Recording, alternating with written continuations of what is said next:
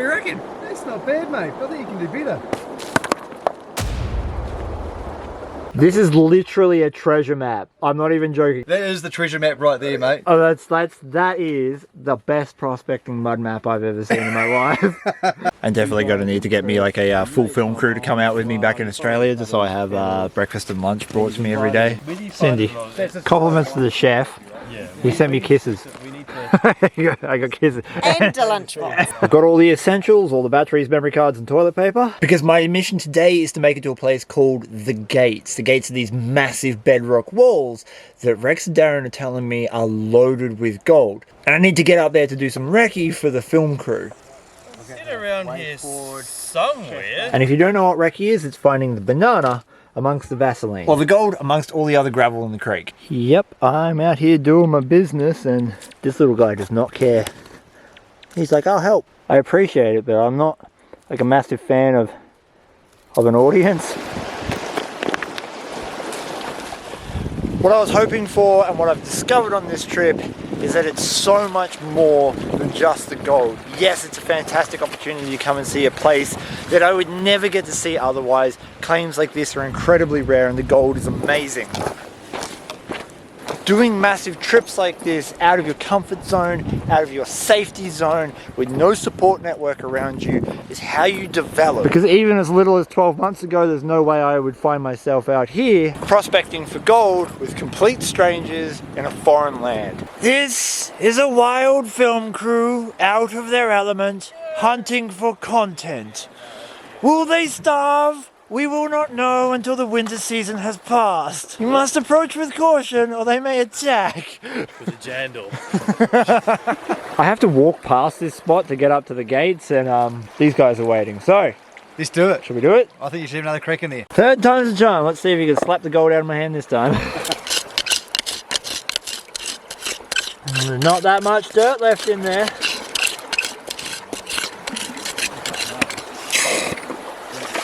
You'll need more water.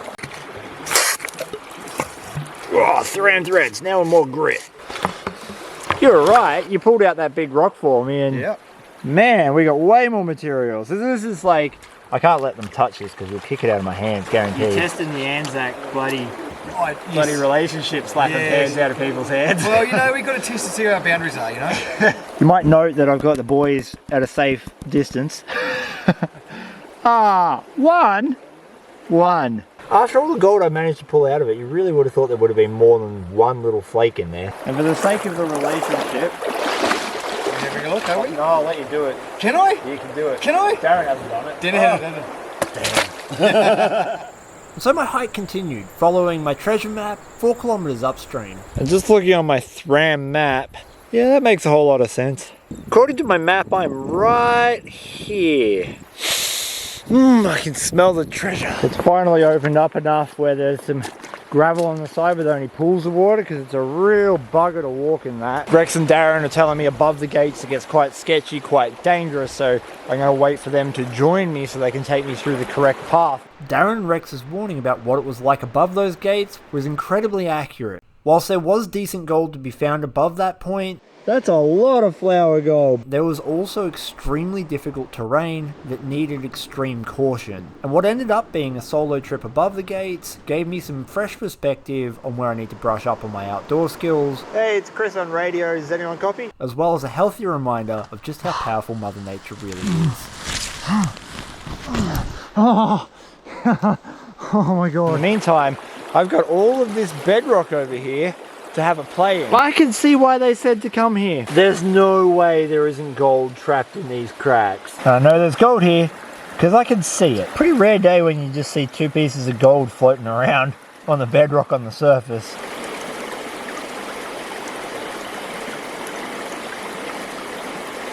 Just some bacon and egg on my face. Whenever I come to a new place like this that is overwhelmingly good looking, I look for concentrators. Concentrators are anything that funnels gravel. This is a prime example. You can see we've got bedrock on this side, bedrock on this side, and a lot of gravel up the guts of it. And I'm thinking right where these big rocks have dropped out might be a good place to start.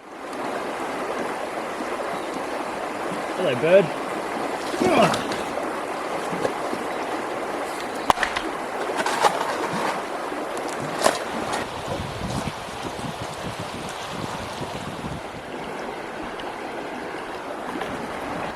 I'm not seeing much black sand.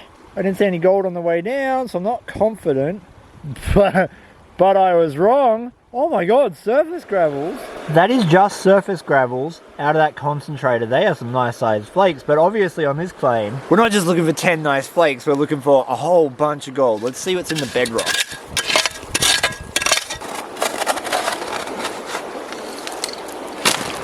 This one was directly off the bedrock, but it was smooth and not fractured. Fractured bedrock's what holds the gold. Oh, I'm blind, I can't see a thing.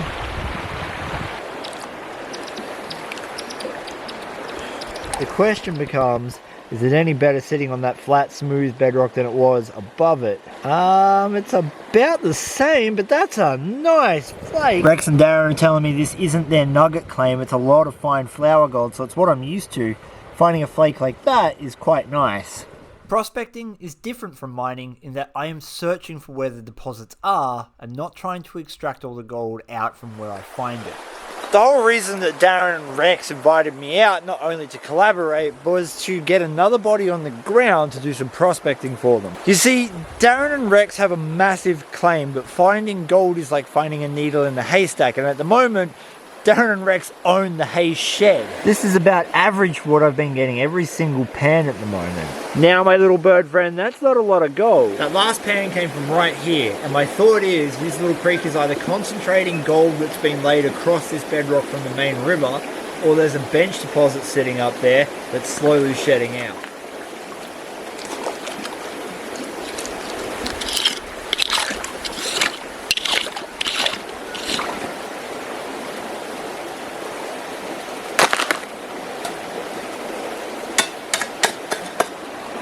Once again, didn't really see much black sand or gold on the way down, so yeah, one little nano. Goes to show you that prospecting, even on the world's best claims, is a difficult thing to do. It's not as simple as what you see on camera where you just get the best creme de la creme. There's a lot of misery and hard work in between each one of them. This is my reality for the next several hours, slowly tracing and tracking the gold to try and figure out where it was sitting. Some pans had good gold and some pans had next to nothing. Hey, you! Yeah, you skinny dweeby looking prospecting kid. Do you need a snuffer bottle? No? Shut up! Yes, you do. You need Thram. Thram suckers. It'll suck the chrome off a Chevy. I kind of always thought that they were a little bit, rusty. Thram snuffer bottles, now made with more Darren.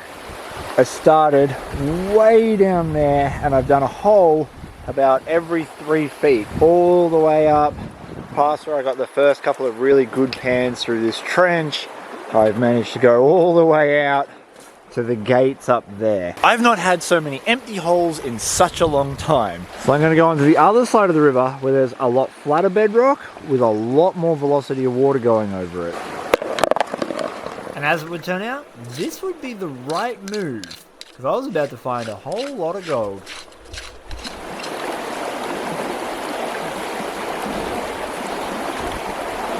It looks like I've got plenty of fine grained black sand. That's a good start, but I want the coarse chunky stuff.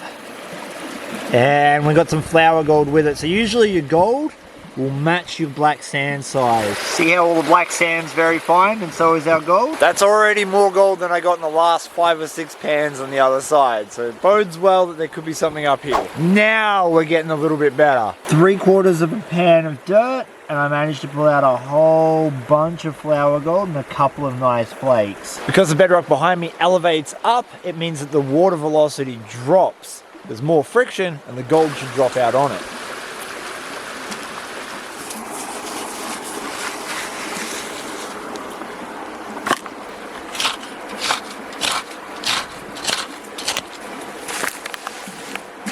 Oh, there's that tan colour. That bodes a lot better. There's a little bit of clay in that too, so with some luck, this will be an okay pan. Could already tell you this is going to be an okay pan because we've got 3 specks on the second riffle. The question is, do those 3 specks have friends? And the answer is yes. Yes, they do. They have a lot of friends. Ah, my little bird surveillance camera is letting you know that I've been getting about this much gold every single pan on this side of the creek. That's just prospecting for you, right? You have to keep trying and persisting, and eventually you'll burn the hay shed down and find the needle. Sometimes you just need a lot of petrol to do it.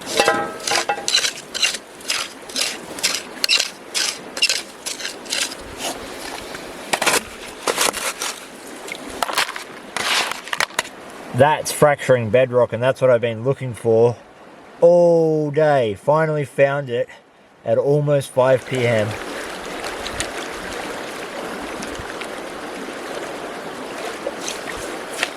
Straight away, this is looking like an okay pan. I got gold up on that second riffle, which is been the indicator for good gold so far.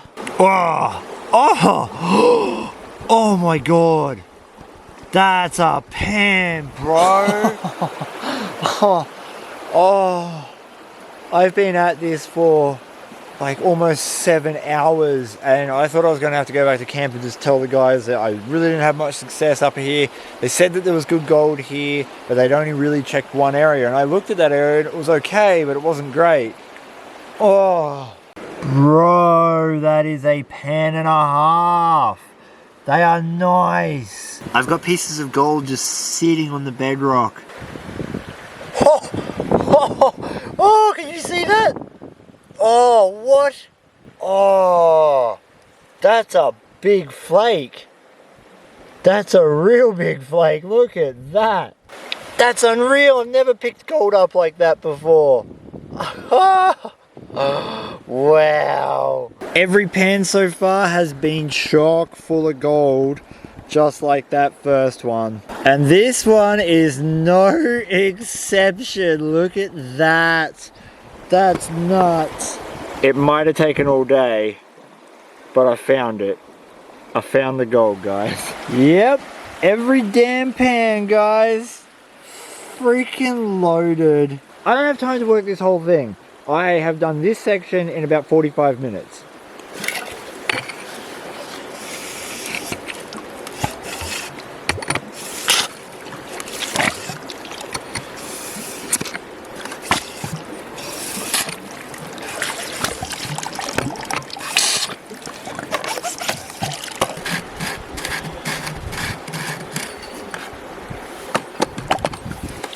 Okay, this is all 100% yabby pump dirt. If I was getting that kind of gold with just a little shovel, hopefully this will be much better. But promises from gold prospectors are like promises from politicians, not really trustworthy.